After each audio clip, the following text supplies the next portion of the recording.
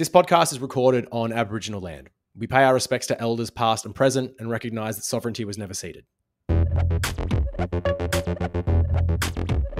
Marxists are on their march through this civilization. Welcome back to the Radical Online Leftist Pipeline podcast. I'm Mitch Alexander. I'm Tom Tanaki. I'm Celeste Little. I'm Purple Fingers. We'll get there one day. Guys, can we not have such a flippant intro to this episode? We've got to start on some bad news.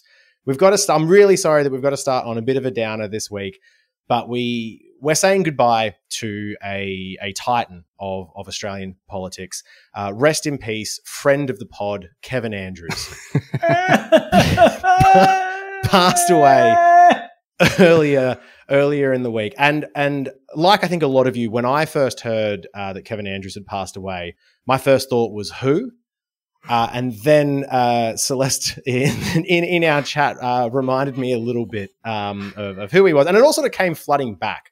Who was Kevin Andrews? Well, look, it was never a case of who for me. And I think that the reason why I had such a quick and visceral reaction to this incredibly sad news was that for me, Kevin Andrews was very much a figure within that right wing of the coalition, the already right wing. Yeah. You know, a lot of the stuff that he stood for was quite conservative and detrimental and very, he had no problems drawing on racism to discriminate against a bunch of people when he was the Minister for Immigration. The reason why Kevin Andrews jumped out so much at me is that in the mid-2000s, I was a higher education worker, and Andrews was the Minister for Workplace Relations at the time, and higher education, or the universities specifically, were the place that they road tested what became the work choices legislation with the higher education workplace relations reforms. So as a young baby unionist working in the sector at that time, it honestly felt if we weren't out against Andrews and work choices and hewers and all that sort of stuff, we were out against Brendan Nelson and the Nelson reforms. It was a tough time for higher education, but this bloke with the work choices legislation, he absolutely tried to break the back of unions to the point of where we are still seeing that ripple today. And the legislation did that essentially by framing stuff as individual choice and the right to individually negotiate your contracts as opposed to collective bargaining. So there was a time when, as a baby unionist, we were telling everyone to, you know, rather than payroll deduct membership fees, to pay them directly to unions, because the legislation gave organisations the right to turn off things like payroll deduction, so people could just stop being a union member overnight if their workplace decided that they were no longer going to offer those sorts of things. But yeah, higher education was where they tested it, and work choices is where they rolled it out to, and it was a rough time. So there's not a lot of love in my heart for Kevin Andrews. There's a lot of damage and a lot of residual trauma from that time. Probably he is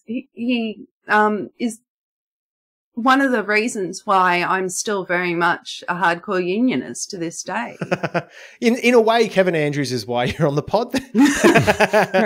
Well, this is the thing for me, because I was a bit younger back then, and you know, came to 90s and early 2000s politics retrospectively, and going through his, fucking hagiographies at the moment has been insane to see how much shit he had his finger in and how much shit he was responsible for. Just as a quick sort of rundown of his greatest hits, in memoriam, of course, as an obituary, very respectfully here. If we could all place our hands on our hearts for this. I'm not joking. He campaigned so rude. You guys are thank you, Tom. Sorry. Thank you, Thomas.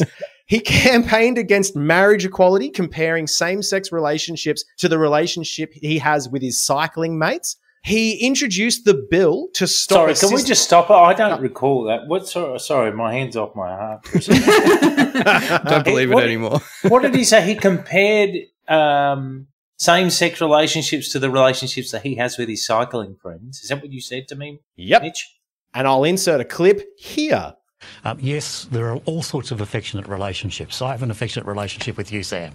But that's not the same. No, that's right. We're not married, right? I have an affectionate relationship. You've got a very lovely wife. I have an affectionate relationship with my cycling mates who we go cycling on the weekends, but that's not marriage. Why doesn't the law have a place in those sort of relationships? It doesn't, because the law has a place traditionally, historically, across cultures and civilisations, because it's there about the protection of the vulnerable. Are you saying that you shouldn't go beyond that? Are you saying that you don't feel same-sex couples have the same depth of relationship? No, I'm not people? saying that at all. I mean, you're comparing the same sex, though, to someone who goes cycling with someone on the weekend or is merely friends. These are people that are going to get married. Presumably, this is a lifelong commitment. You've got a colleague such as Tim Wilson who would say he's just committed to his partner as many other parliamentarians are to their, spouses. Yeah, that's fine. And I have commitments to friends. I have affectionate relationships with friends as well. The question here is, what is the role of the law? Tim Wilson's partner isn't his friend.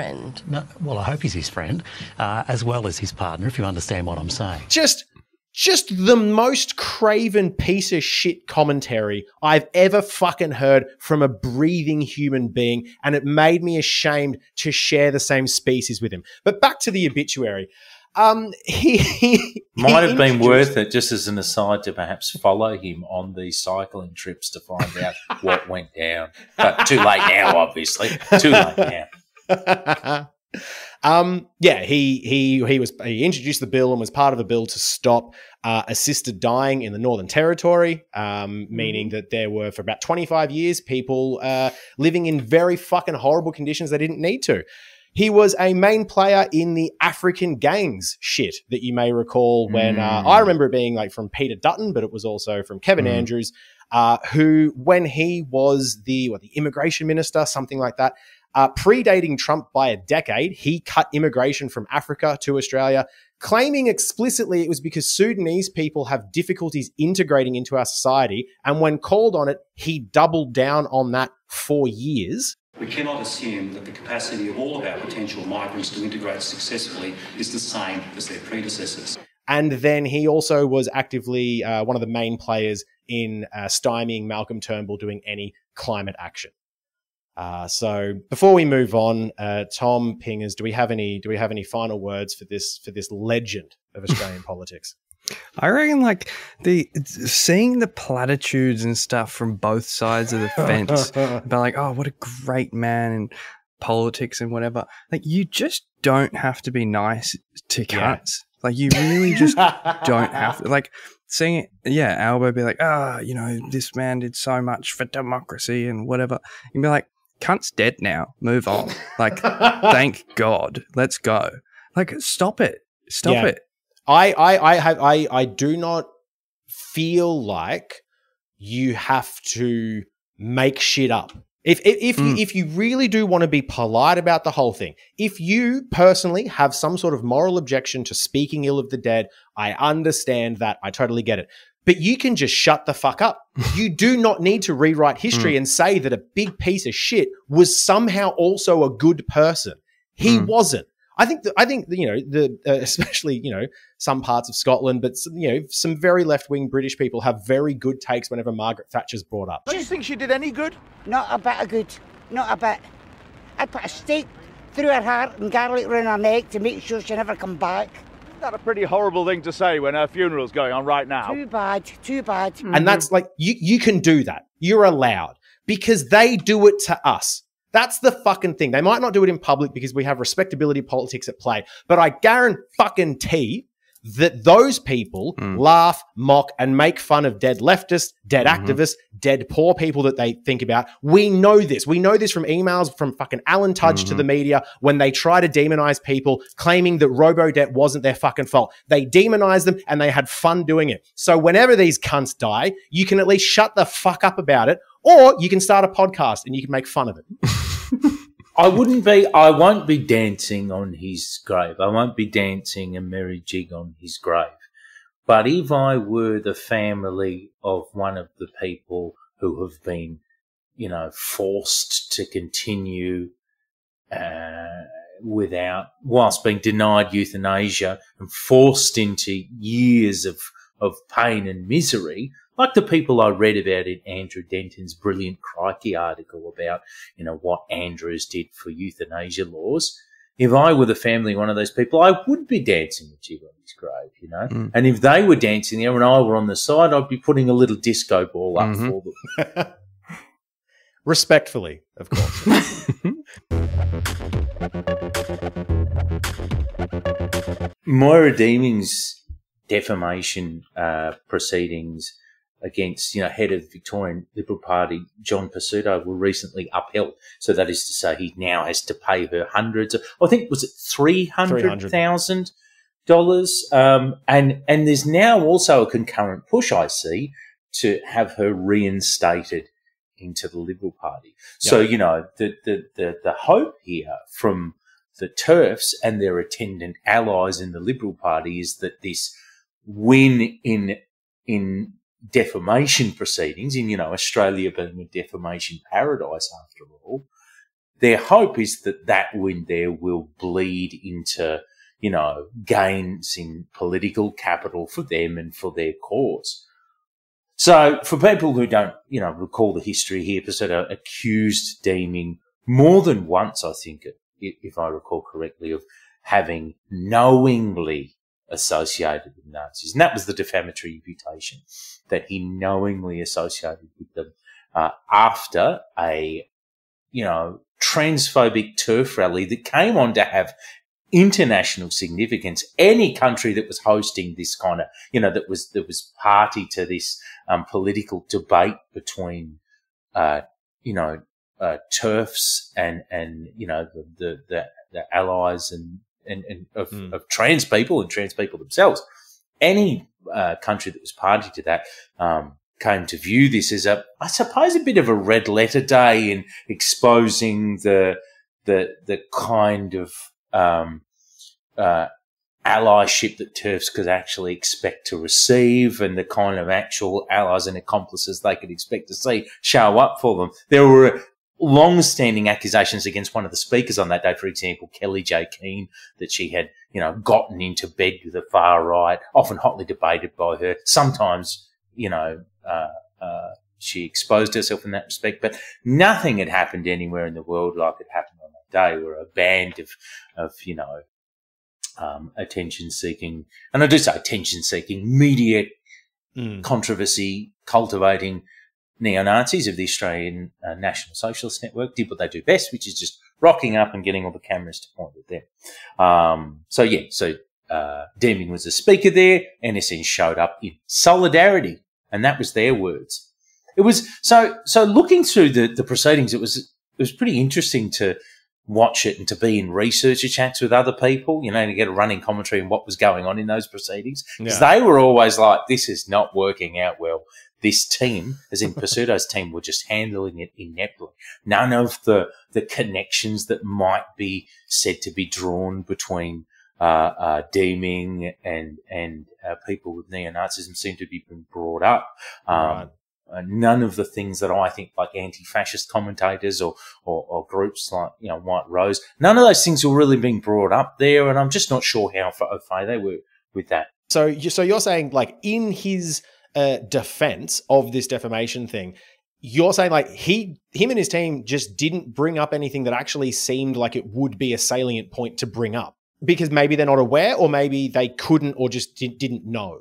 Well, from my idiot layperson view, it seemed to me that they were making an absolute fucking mess of proceedings. Yeah. One thing that came out, and it came out very 11th hour, at least in the public sphere, I'd be surprised if they hadn't heard about it earlier, was something that was revealed in a White Rose Society blog drop, and it was about a connection that Moira Deeming had. And this came out quite recently, if you don't look on the White Rose Society's Right As page, a connection that Moira Deeming, a friendship that Moira Deeming apparently has with Louise Blacker, Liberal Party member and recent council candidate, who is also a disgusting neo-Nazi. You know, it's real horrible shit. This that was a hell of a read. Like, geez. It was. Yeah, it was. It was harrowing. I'll chuck it in the show notes. It's one of those things that you can get really caught in the weeds as well. But if you, as the reader, step back and go big picture about it, one of the big takeaways is the Deeming and Black thing and the connection. Going, well, okay, then. This person did have a pal who was very, very connected to Nazis.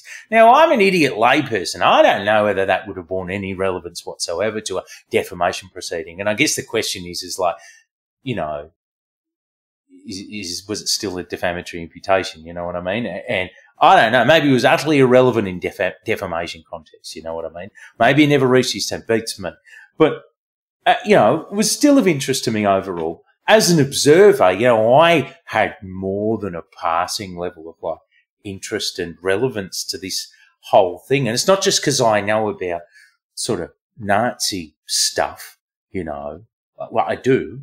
Like I talk about them regularly and, you know, make it my business to try and translate to the outside world for whatever little that's worth. People never seem to pick this stuff up very often. But, you know, you know, I talk about and I know about the things that they actually say and do, you know, rather than instead of what I reckon they say or do or whatever version of them I think furthers my political cause, which is what most of the political and media sort of class tend to frame them as. But the other reason that it was all of interest to me and I had a connection to it is because one of the organisers of that rally, Angela Jones, asked me months before it to help her keep those Nazis out. She messaged me and I kind of, once all this happened, I felt sort of relatively duty bound to go and then talk about it. I did so in a pretty lengthy video about TERFs and Nazis and how to respond to them. It's on my YouTube channel. But, you know, I had to basically go into like, okay, so this TERF messaged me and actually did say, I don't want the Nazis here. So it's not really right to say that they wanted the Nazis, that they weren't standing with them, they weren't their best mates. And I made that clear. But I also made it clear, well, the point here is that they all have the same opinion about trans people. And so they're all therefore equally as disgusting. And that's the point that we should be making. You know, not that, oh, well, yous are in the same bed now, you know. Just as a quick point, what is the moral calculation that you made when a TERF jumps into your inbox as someone who is a noted anti-fascist and says, we want help? Like, what is the emotional response that you have? And then what was your, even if you don't want to get into the actions fully, but your, you know, the duty that you felt there or not? I can, you know, I mean, I went into that question over a very lengthy video, Mitch, but that's because it's an interesting question. You know, if you look at that video that I mentioned, the snap that I put as the thumbnail for that video is an excerpt of that message from Angela Jones in which she goes, I need help. And I think in the video I recall reading it out in those words. I go, I need help. I need you to help me. Because, you know, that's what it is, isn't it? But she was really tasking me with saving her from the consequences of her own bad optics. Right. No, I don't want to clean up what I think so I don't essentially think that trans people are unhumans in the same way that a Nazi does. You know, with only mildly different opinions on whether we should just simply legislate them out of existence or literally annihilate them, you know, sort of almost approaching the same thing, you know. Oh, I don't want to deal with any of that stuff. No, I want you to save me from the Nazi stuff because it's going to make me look bad at this guy. And you're the Nazi guy. Go on, you've got to get your little mates with skinhead patches and stuff to go out and bash him because that's your job, you little. So I looked at it, and that's roughly what I pondered. I do recall talking to comrades and going, "You see this shit? We talked about it at the time, but that was the calculus, you know." And in the end, it was like, "No, it's not my job to save you from the consequences." You've got a Nazi problem, not me. Like, sorry. That's it. The practical, workable advice would be to stop inviting people into a political wedge and situation and an activist cause that dehumanizes trans people. But if she's going to do that, well, she'd have to stop being a TERF. So my advice is stop being a TERF. And I didn't give her that because I can give her that to her in public, and indeed I did. There was that, but look, because I had some of the after effect of exactly what you're talking about there, Tom. Where I wrote an article where I was summing up what I'd seen and what I saw the problems as, and one of the biggest problems I saw was that when you're sitting in an area of biological determinism, and that's where they're sitting with those views. Yeah. That's why they were gathering. Yeah. They were gathering to state this is the biological reality. You lot have got it mixed up. The natural link to me is therefore another group that actually very strongly believes in their concept of biological realities. So they're actually doing, they're not going to be able to escape that devil's dance unless they start thinking a little bit differently, because, unfortunately there is a long, long history, as I wrote in this article, there's a long history of, feminist advancement that has been based on things like eugenics, like the activism around birth control, for example, came from things like racial hygiene, which, you start seeing these overlaps, and there's actually historical resonances that have gone on before. You've got historical examples that they can be looking at and going, okay, maybe we need to revisit that, but they're not. They're not doing that. They're actually saying, no, this is it. And they're attracting a like-minded group and wondering how, why. So they didn't particularly like the article I wrote about it. But I'm just sort of, at the end of the day, as an Aboriginal woman, do you think that I'm going to go hang out with a bunch of people who are pulling on eugenics in order to tell me that this is right when I'm, from a group of people that has actually borne the brunt of eugenics in this country? No. Yeah, 100% Celeste. And in fact, it's actually the Nazis who would not, in the long run, stand with the TERFs because they're consistent on their eugenicist beliefs. They believe them with respect. They are consistent. I hate them on all of their beliefs, and they're very consistent in that respect of having loathsome beliefs from top to bottom. They do so on race, but they also do so on gender lines, and they do so on every other line. It's the TERF lot that are the hypocrites and the inconsistent ones. They pretend to aspire to liberal or left views on a bunch of stuff while still holding on to this, this gender essentialism, this biological determinism on that front. Or just asking questions. They just want to be able to ask questions, Tom. You know what? You're right. Well, so a lot of these hypocrites are actually often very optically sensitive because they have to. Yes. They have to always remold themselves in the Play-Doh shape that's right for the next political battle. You know what I mean? I'm going to be a lefty here, or am I going to be a, basically one step short of a Nazi on this one? They always have to remold themselves, don't they? Yeah. It's a thing too of just like, it is just that basic thing of just, I think it's always worth reiterating, is that classic, if you're at a dinner party of 10 people and one is a Nazi, you're at a Nazi dinner party. If you have Nazis at your rally, Nazis that want to come to your cause, you have to own the fact that they find it appealing. I've always sort of said that. Like the left, we have to own when people rock up to ours and they're cookers and they're weird or whatever because we've attracted them for whatever reason. Yeah. There's that matter of who you allow to stand in your house and who there isn't. And that's a very good point. Exactly. So the idea that they can then ask you for practical steps as if the only problem is that they are there in person at that moment misses the fucking point. And I just want to make that really fucking clear. And that happens every single time anyone, white supremacists, neo-Nazis, eugenicists, whatever, can be there. It's not about, if it is only about the optics of your fucking rally, then you still have a huge problem. And it is not on any leftist or any other group to fucking fix it. Fix the fact that Nazis want to come there, then they will not come. It's easy. They don't come to our fucking rallies. Like, we don't have this fucking problem. But let me say this. Now that it's found that Pizzuto did defame Deeming, I don't have any dog in that race. And in fact, knowing that we live in a defamation paradise, well, yeah, okay, he did defame. hurt them.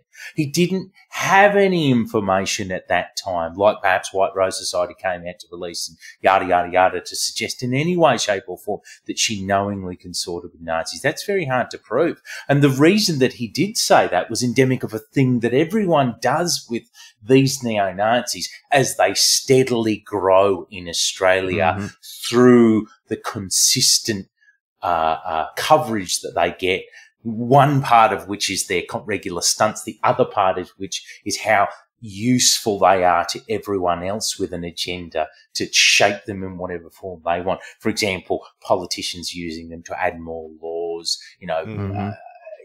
people using them to say, oh, you knowingly consorted with them, so therefore you're as bad as them, just using them along the way. I'm not saying that I don't think that Deeming is a horrible transphobic fucking germ. I do. And, if that wasn't clear enough, I despise her and her entire platform and all of her politics and all of the company she keeps. But I hope this is a lesson, that thing, that happened with her and Pseudo, to everyone on the left, that you can't just say things to score points by using Nazis because they're like this, all-purpose demonising factor here. People like the TERF lot are very well funded and they're very well connected and they're very ready to defend themselves in a courtroom. And if they win, they're going to use that victory to, like we said at the start, to generate political capital in their favour. So, again, we're in a very dangerous situation. I was just requesting more help from people who are defamation lawyers the other day for independent left outlets. We have a growing band of political opponents who are just willing to use, sometimes vexatious, sometimes not, legal proceedings to crush us. And this is the case, but that's just little old us. I mean, she managed to do it to even the head of the Victorian Liberal Party, but he made that bed that he's now lying in through saying something that was less than careful, through saying, oh, she knowingly consorted with Nazis. Well, you've got to get your ducks in a row with these people before you say anything like that. Interestingly, too, reading the article from The Age about this, it's saying that you keep calling Australia the defamation paradise. The direct quote here is O'Callaghan's the judge. Critically for Pseudo, O'Callaghan found he was not dishonest. Pseudo was not dishonest and subjectively believed he had acted in the public interest. So you can still defame someone if you are speaking honestly to yourself and you believe you're acting in the public interest. That's how fucked Australian defamation law is Still at the moment. Make the truth defence, Yeah, no, that's wild. Like, they rejected all of his claims. I think he tried to make 4 different claims and they rejected all of them. But they found he was not dishonest and subjectively believed he had acted in the public interest. Still, though, you defamed her. Oh, fuck. Okay, so who could say shit about anything now? Nothing. No one. Great. And here we are. These fucking germs are now pumping themselves up like, oh, yes, this means we've been divorced from the Nazis permanently. And, we've otherwise been vindicated, They're viewing that as this red letter day for them. And I get that some people might feel deflated by that, but I just hope it's a lesson to all of us that we've got to get our language right with these people. And I also think it's really interesting that it's like, you look at that whole issue. That was one way in which, like, the Nazis who showed up on that day have since been all but, people don't seek comment from them. That's not the dumb thing. We don't want to do that. You know what I mean? Which is good. You know what I mean? I don't want to fucking talk to them either or hear the perspective of Tom Sewell in the mainstream press. But for a group who was so pivotal to these proceedings, they've certainly been passed around like political football with scant little reference, unless you look at the anti-fascist commentators. No one was, we would always point out, well, they said they were rocking up in solidarity. You know what I mean? But you wouldn't hear that much outside of it. But it's interesting to look at them. They can just get used by political football as political football all the way. But, and this is probably a segue to some of the protest laws stuff that we're about to talk about coming up. Now I'm watching the pro-Palestinian left being used as a similar political football, being passed all around, never sought out for comment, and being used time and again just to further things. And now I can see us, as I say, any of us that rocks up to these rallies, I'm like, okay, now we're the football, you know? It's a scary process, Speaking of, you know, fucked laws and fucked protests, Labor are continuing to prove that they are the party of workers and progressivism in Victoria. What the fuck is going on? Look, and I just want to read something out verbatim, if you will indulge me here. But this is absolutely. This is a statement that 3 hours ago appeared on the State Premier Jacinta Allen's Facebook page, and I've got to say, it's really nice to know that she's using the exact same social media people that her predecessor Dan Andrews used. When it comes to fragments, my brain starts to melt. But anyway, yeah, so the new social cohesion laws. This is how this is how she has chosen to introduce them in a social media post. And I quote: "This isn't about the Middle East. This is about Victoria. This is about our values and the right of anyone in this state to live, work and pray freely without the fear of intimidation, anti-Semitism, racism or hate." Next line. Oh, I'm so angry. I'm so angry, Celeste. Because it doesn't matter if you're a Christian, Jewish, Muslim, Sikh, Hindu. Every Victorian deserves the right to be simply who they are. Victoria's multicultural communities have asked this. Victoria Police have asked for this. And now we're making it the law. Like, seriously. Okay, that's the end of my quote. And now I'm just going to rip in.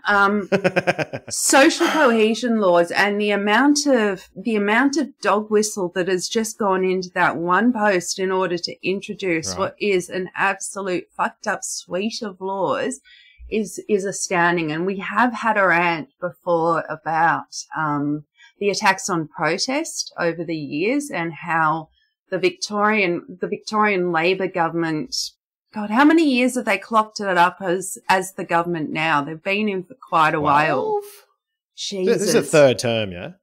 Oh my God. It's been a long time. Like, you know, for any interstate listeners, look, there is no state opposition. It just doesn't work here. This is how it's been always, it feels. Yeah. But yeah, there has been attack after attack after attack on protests over the years, whether it's the move on laws or it's the increasing of the police artillery and the amount of new weapons that they brought out against the anti-vaxxers and the anti-lockdown people. And all that got laid, the foundations got laid in the 2010s. Totally. Dan Andrews had already turned them into Robocops. He'd already taken the face masks off when they did the designated zone. He'd already laid all the foundations. All they did during the pandemic was just go, just use it all. Yeah. And there was nothing new about that development. All the rubber bullets were there ready to go, you know. Actually, you've just reminded me of something else that's sort of peripheral, but sort of not. Because in the lead up to, was it the Commonwealth Games? And there was a bunch of people, certain groups, and I remember this because Aboriginal was one of them, which were suddenly designated potential terrorist groups that needed extra surveillance during the time. So yeah. Aboriginal was one of them. Of course, you know. Designated terrorist group. Potential. You know, we needed the extra surveillance and there were other groups. Gotta watch the blacks, hey? Makes me sick. And the Browns from memory when it came to that particular legislation. But yeah, this is just something else. And that statement is just full of dog whistle. Like, this isn't about the Middle East. She is actively stating that this is being introduced because people are out there week after week standing up for the right for Palestinians to exist, you know. Jewish people can't even go into the city. They can't even go into the city. And this happens every week, you know. And that we have to think about Jewish people's right to be comfortable there. Is it every Jewish person or is it just ones with a certain opinion?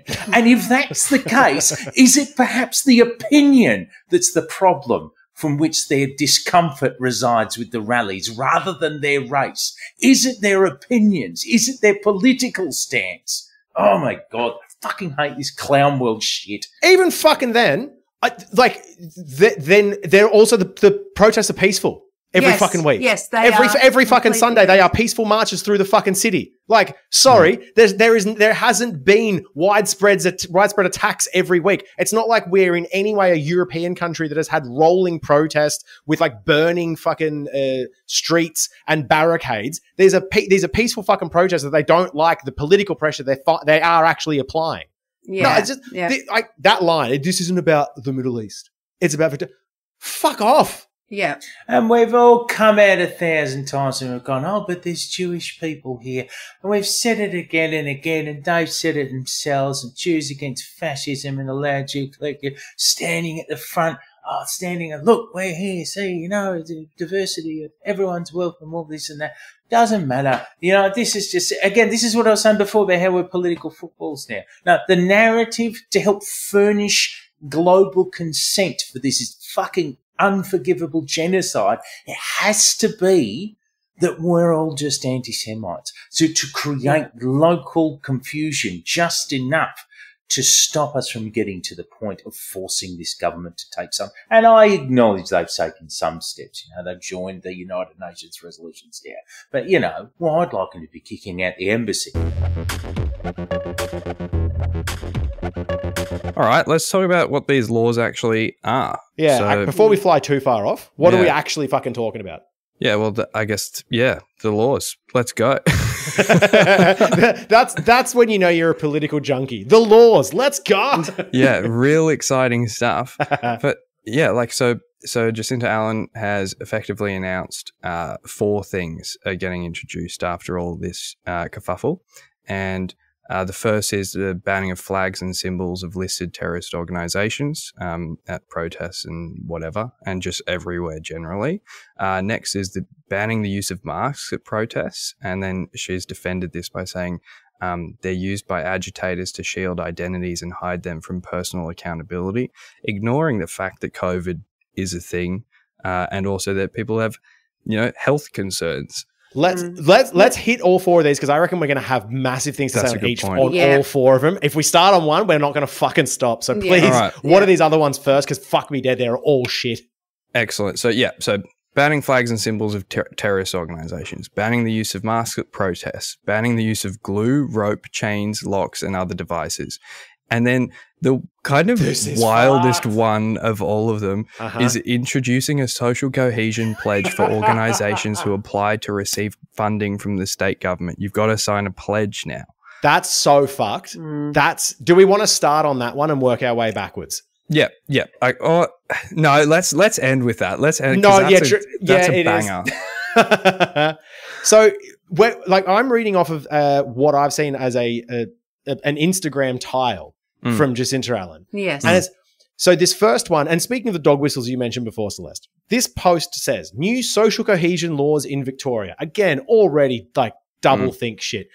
Banning flags and symbols of listed terrorist organizations, including Hamas and Hezbollah, white nationalists, and more. So, you wanted to name...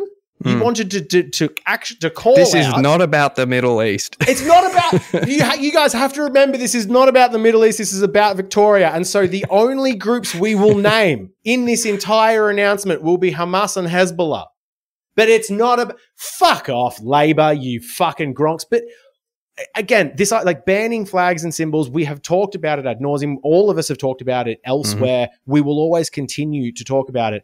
But this overreach on freedoms and protests specifically, that always has to include this banning flags and symbols, as if people who want to have a symbol won't just come up with a fucking new one.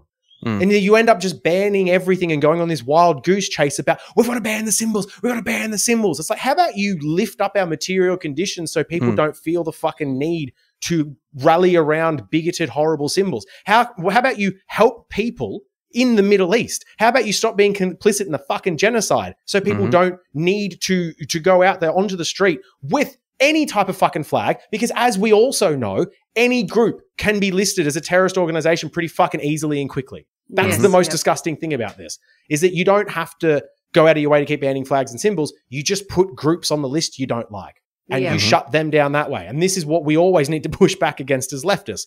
One of the ways we push back against it is by protesting, which is something that they obviously don't fucking want us to be doing. Exactly. Like,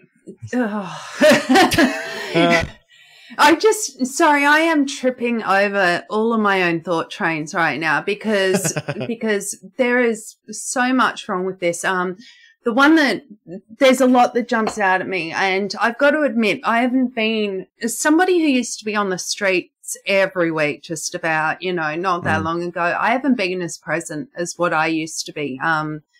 Mainly because I battle injuries. I've got, I've got injuries that make protesting harder. So when I saw, the idea that masks are, not just to shield identities, but to hide from personal accountability, parallel to that personal accountability bit, I read that they were talking about people using masks to dodge being sprayed with capsicum spray. Exactly. They're being explicit about that. Exactly. They have been explicit about it. Yeah. Like, you will enjoy the capsicum spray. You will fucking ingest it, and you'll say thank you very much. Is capsicum spray, is personal accountability a euphemism for capsicum spray now? Yeah. This is what I want to know. In the Labor mind, personal responsibility is copping capsicum spray for protesting. That is just the one-to-one connection in their cop brain. They love it. Yeah. So it is just another wink at, go forth and do whatever you want, boys in blue. At whatever drop of a hat you feel like. And there's already been a massive problem with police aggression at protests. There's still court actions and that going on with regard to land forces and that. So I mean, they care so little about the health of protesters and the right to avoid these kind of irritants. The other thing about that too is that some people literally cannot go to protests unless they're in masks because they are immunocompromised. And not allowing them to do so is fucked for a lot of reasons, but mainly the human right to protest is being fucking stopped there. There are people who were wearing masks to protest before 2019, 2020. Sorry if you never fucking noticed them, Labor, you party of protest and workers, but they did exist. They were doing it, and it is important to be able to do that. And it's this type of blanket overreach shit which stops people of all types being able to democratically engage in their politics. It's fucking disgusting. It's used in this way of like personal accountability, which Celeste, I wish you didn't do it, but now it's stuck in my fucking mind that they really are still using Dan Andrews' inflection on all their shit. Every single thing. American politicians keep saying, "Let me be clear," and I'm so fucking over that tick. They keep fucking doing it. But yeah, in Victoria, there is this, the Dan Andrews like football ad idea of it is like, hey, we're bringing in laws for Victorians. Fuck up. Shut the fuck up. Just be gross and evil and upfront about it instead of this. Yeah. One thing I wish, well, obviously Tom Tanaki is no longer with us. He's hanging out with Kevin Andrews he's now. No longer with us. May he rest in peace. May God rest his soul. with Kevin Andrews. But I wonder if from the beyond, if Tanaki had any thoughts, as I'm interested in as well, what this might actually do to the neo-Nazi rallies that we were talking about before. Because if no one, everyone listening to this has seen them, but if you haven't seen them, they love, the vast majority of them love wearing their masks up and hiding their faces, and they've got their little uniform. So I wonder if this will, I guess, A, stop them from doing it, or B, who knows, if we'll just see a lax approach to them when they are rolling out on the street doing their shit. maybe Tanaki would have some thoughts, but alas, he's no longer with us. Well, I know that he'd stay straight up. Like the passage of Nazis when it comes to protest has actually been facilitated for many years, with safety divides and that the police have actually put in place to allow they protect them. They actually they protect the perimeter and they allow their safe passage through the city. So I can't see that changing, mask or no mask, to be honest. This other one, banning the use of glue, rope, chains, locks, and other devices used to cause maximum disruption and endanger Victorians. Because as we know, most protests involve us swinging chains and locks around our heads, smashing the faces of people as they walk by. Oh, wait, no, it's not. It's for peaceful protest. It's for non-violent protest. This one is also like, it's galling on the face of it because this is one of those things where it doesn't physically hurt people, but it really fucks up capital. It really fucks up profit, fucks up businesses. These same pricks will put that in writing, as you've read it just then, but then openly celebrate the legacy of Zelda Deprano, who then went and chained herself to the Commonwealth building in order to, kickstart the equal pay campaign. It's just got. So this is the thing. This is what you are alluding to, Celeste, is that Julia Gillard and a few other people unveiled a statue to, as you said, Zelda Deprano. And that statue, cast in bronze, has Zelda holding a placard and a chain. Because as you said, the protest that made her famous and that kicked off a huge wave of feminist activism in this country and that was fucking effective was her chaining herself to a building. If you listening ever needed more sort of an obvious example that the Labor Party are fucking hollow and craven and stand by nothing and hold no ideology except protecting capital, it's this shit. That they will ban chains and locks happily while celebrating someone from the past who did exactly that, as if all the good protest was completed in the 1950s. Fuck off. Because that is not violent. That is the definition of not violent. And the argument that locking yourself to something is a threat to any individual is ridiculous. It is literally all it does is stop someone from profiting for a bit until they remove the lock. That's literally all it does. To say that it's to keep us safe is a bold-faced lie. It's disgusting. Yeah. It's that thing as well. Labor brain alongside cop brain is business brain. And they will happily have this idea that corporations are people, or that the health of the GDP and the economy is actually the most important thing regarding people. And it's not at all. And the thing that gets me about this, because this statue, by the way, is at fucking Trades Hall. Yeah, right at the front. Where we all have to hear from this fucking Labor stooges about how fucking happy they are and stoked they are on their history in this country, that we won the weekend, that we won sick pay, that we won equal pay across genders and all this sort of shit. I'm like, how though? Explain how we did that. Was it without chains and locks? Because your fucking statue has chains. What? Why? Not only does the statue have chains, but I want to read the plaque on the bottom of the statue where the chain kind of fall. The chain, she's holding the chain, Zelda's holding the chain, and then it falls to the bottom of the statue, and then at the base of the chain on the statue there's a plaque which reads, where you have to stand over it to read the plaque. It's kind of like, little artsy piece where is a two-step artwork. You can admire the artwork, then you have to go in close and read what the bottom plaque actually says. And the bottom plaque says, surrounded by chain, says, today it was me, tomorrow there will be two of us, the next day there will be three, and it will go on, and there won't be any stopping it. until Labor gets involved. Yeah, until 2024, at which point it will be stopped completely by the same party that helped unveil this It's disgusting. And Julia Gillard out the front. And also, speaking of Trades Hall, when the Police Association and the Liberals were like, I want to introduce, and not that long ago, a couple months ago, like if that, we're like, we need to introduce a permit process for protests. Anyone who's doing a protest needs to apply for a permit. Trades Hall Council, which is Victorian Trades Hall Council, which is the peak body for unions in Victoria. If anyone doesn't know who's listening, it's comprised of a bunch of union leaders and also Labor members. They're all card carrying Labor Party members.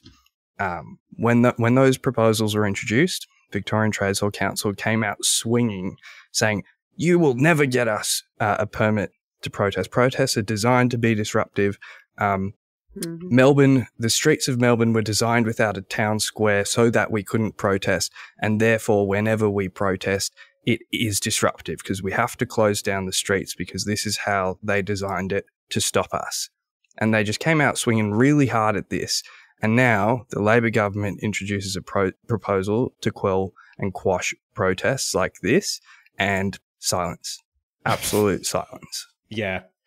Because again, we've got some fucking problem. We'll get into this in another episode, I reckon. But there are some very stark fucking problems with union leadership, union heads in some sectors in this fucking country. There are some unions that are just busted. The Shoppies Union, SDA. If you're listening to this and you've been randomly signed up to the SDA because you have a Woolies job or whatever, quit. Join RAFWU. Join RAFWU, Retail and Fast Food Workers Union. There's some fuck stuff that can happen and is happening with unions at the moment. And this sort of shit is that. Like just talking a big game. And then when it actually comes to pass, maybe we just. Yeah, it's all right if Labor does it, though. Well, that's the thing, is they're the party of workers pingers. And so that what they do by default, if the Labor Party does it, then the Workers' Party, the Labor Political Union Party, Workers' Party is doing it. So it's okay. What do you not understand about it? If Liberals do the exact same thing, that's rotten. That's fucked. When Labor do it, they're golden boys and they need a kiss on the forehead. This last one is insane. Yeah.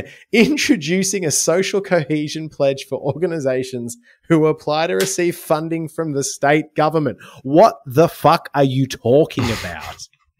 What are you talking about? A social cohesion pledge?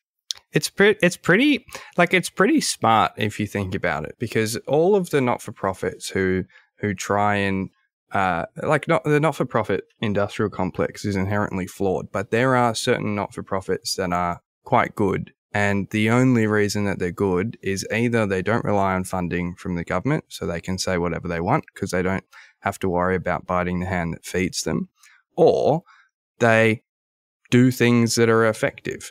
And I'm thinking particularly of Rahu. Like Rahu, I'm not sure whether they've ever received government funding, but we've certainly applied for grants and stuff like that. But Rahu actively engages at protests. If there's a protest, Rahu is there, unless it's a fucking turf rally. Well, we'll still be there, just on the other side, I guess, protesting against it. But that's to quash organizations like Rahu, who are like not-for-profits, organizations who are doing good things but still rely on government funding to do that thing. That's to stop people like them. We don't want you because you're making us look bad. But it's also, I also want to talk about the fact that you cannot legislate for social cohesion. That's authoritarianism. That's what that is. You can't force laws on people that encourage social cohesion. That's not how it works.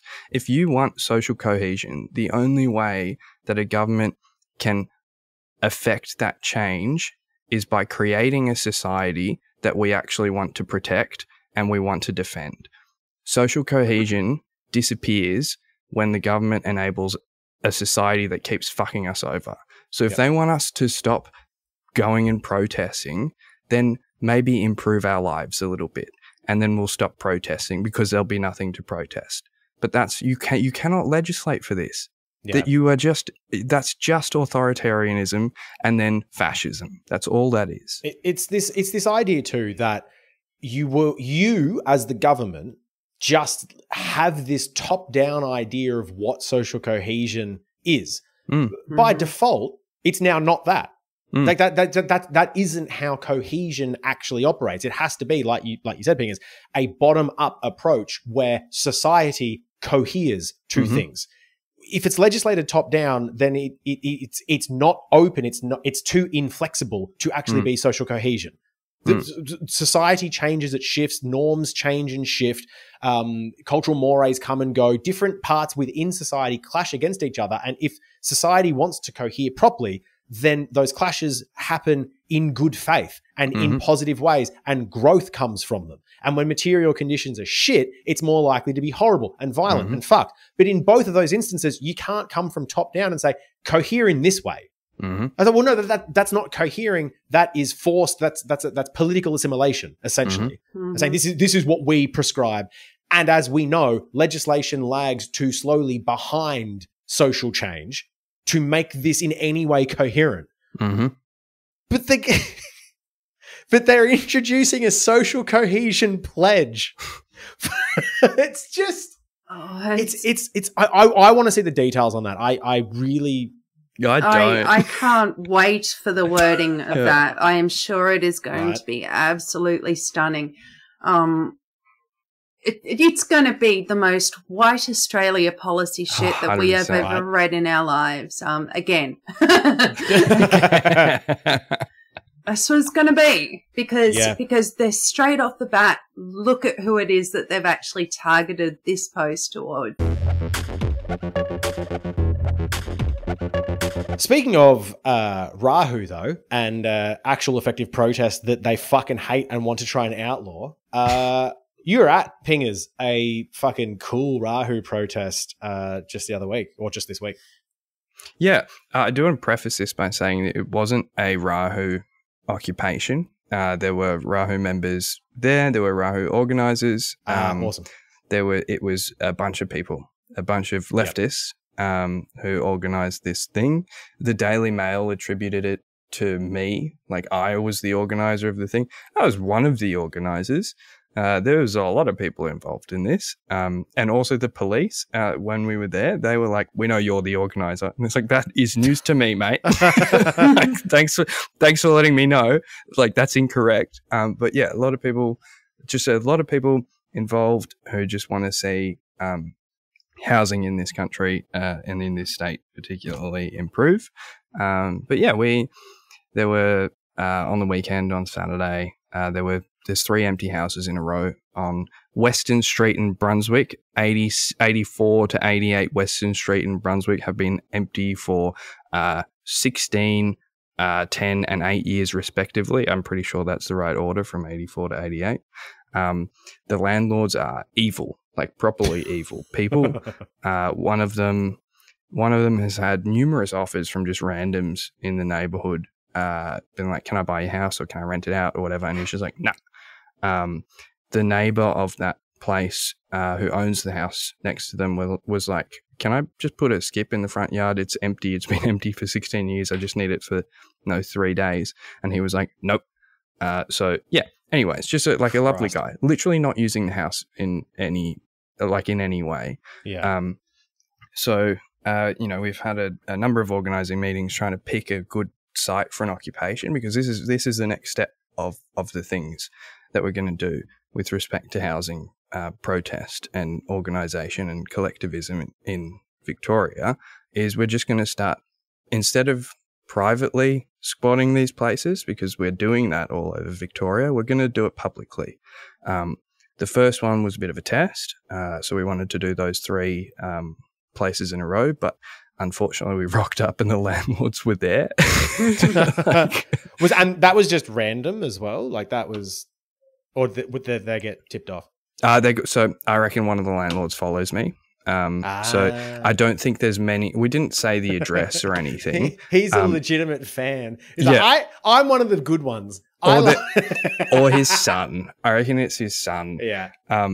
but like I don't think there's many places in Brunswick where there are 3 empty houses in a row. So I think it was a bit of a tell. Like we didn't say the address, but we did say we'd be squatting 3 empty houses in a row. Yeah. They know.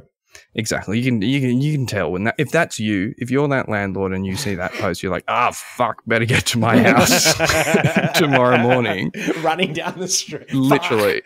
So yeah, we got there. They were there, angry immediately. One of them had been in a physical altercation with a squatter previously. So we knew that, not the nicest people. Yeah. But yeah, we got in, put our banners up and everything, occupied at least one of the places. And then the cops showed up immediately.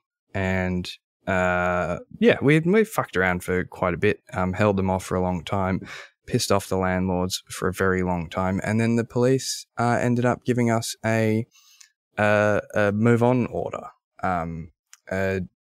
What was it? Section 6 of the Summary Offences Act, which is a direction to move on. And that's pretty much, hey, you're breaching the peace.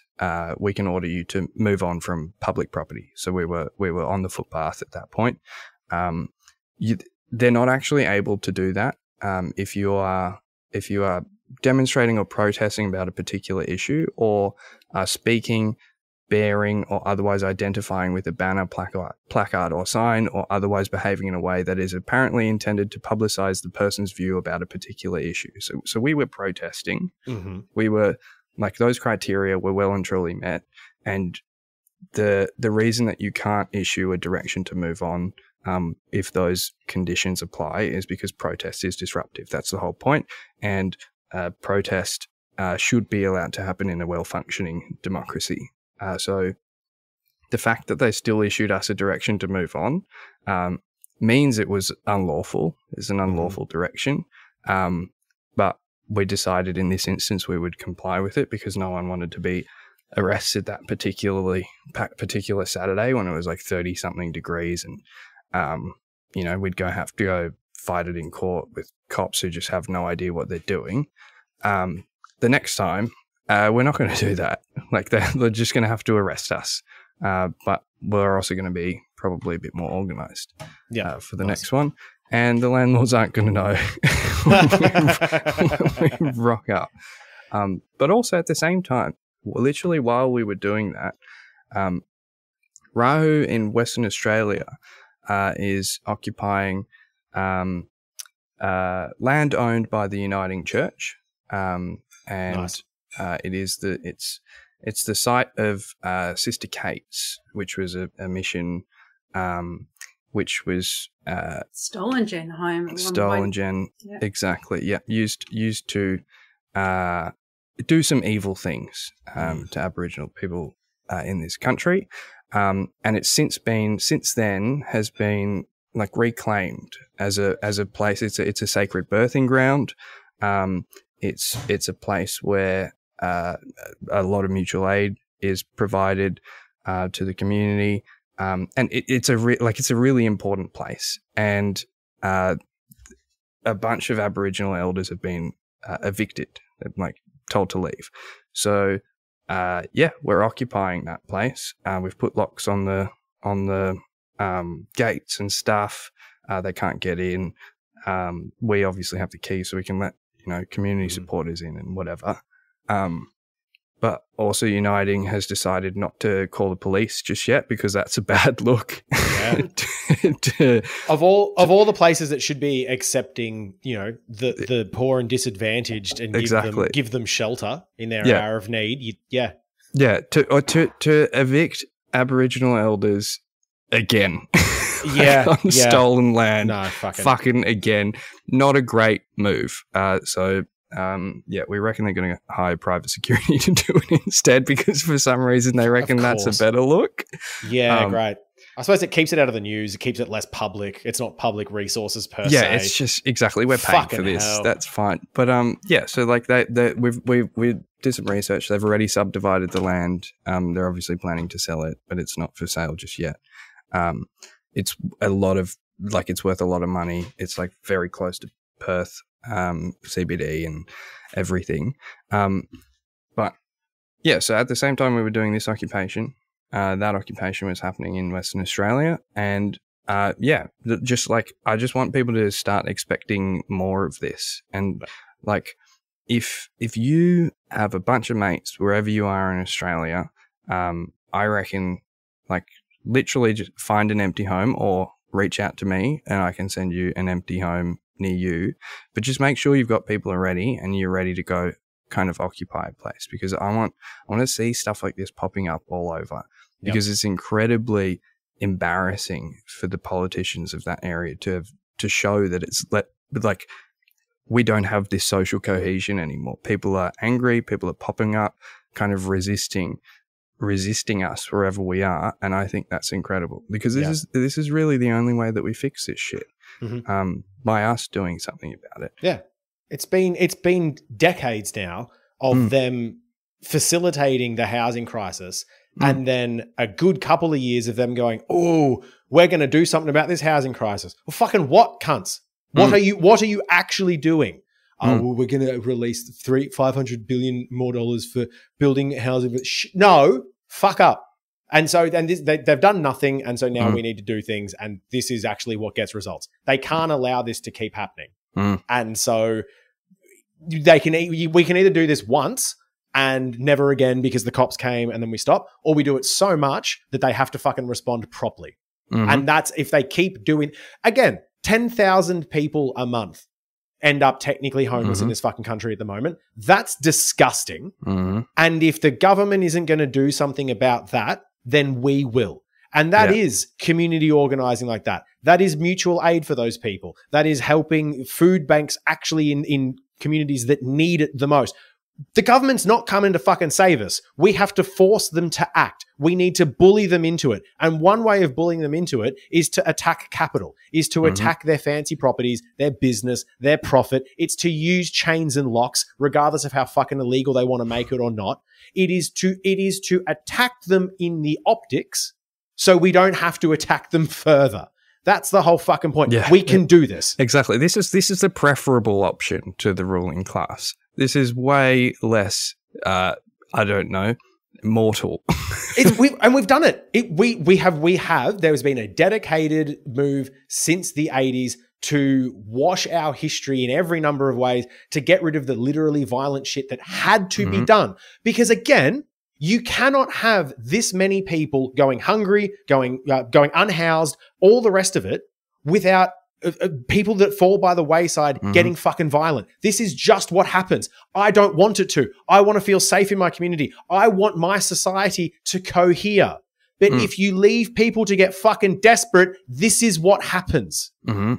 Exactly. And one of the best panaceas for that is to organize before we get there. If you're feeling fucked at the moment in your own personal space, in your life, I cannot more highly fucking recommend any sort of organizing, any activism, any getting together with fucking groups. It makes you feel better, and it literally helps other people. Yeah, like there's no real repression. Like there is repression at the moment of the left, but there's no real repression like the left kind of faced in Palestine, even South Africa, all over the world.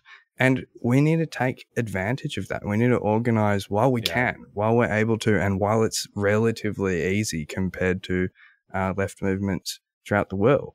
So, it's a pretty exciting time for us, I reckon. Like we have the ability to do shit, and we need to take that opportunity.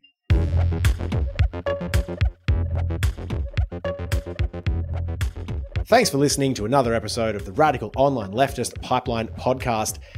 We're probably going to have to do an email show, like an answering question show soon, because we launched in December and it's coming up to Christmas and New Year soon. We're very smart and strategic. If you want to send us an email, you've got a question you want us to read out on the show, send us an email. alpdotgov@proton.me, and we'll read out your question on the show. We'll get some conversation going that way. Our music is by Al Carlson. It's Capo Dog. You can find his music everywhere. And our art is by Sam Wellman, who is our Members Be Unlimited on Instagram. Thanks again for listening. The Marxists are on their march through this civilization